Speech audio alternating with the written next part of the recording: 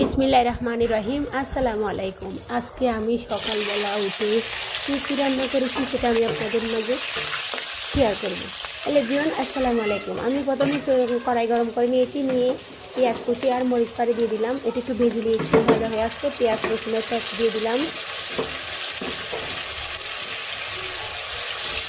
এটি একটু ভেজে নিব।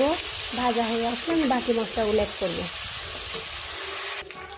ভাজা শেষ। আমি এখন দিব হলুদের গুঁড়া, ধনিয়ার গুঁড়া, জিরার গুঁড়া, একসাথে সব দিয়ে দিয়েছি।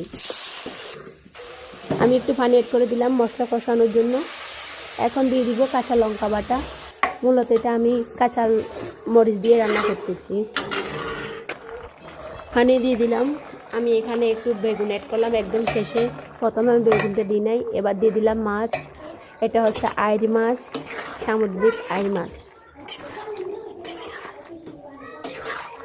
ভালো করে নেড়ে চেড়ে পানি দিয়ে ঢাকনা মেরে দিব।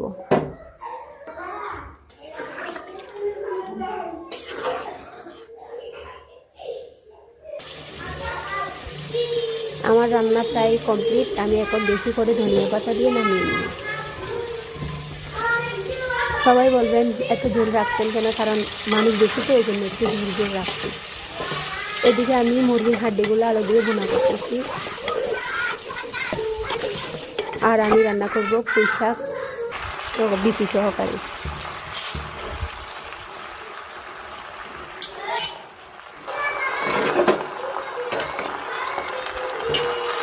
এই হচ্ছে আজকে দুপুরের রান্না। আল্লাহ হাফেজ, আসসালামু আলাইকুম।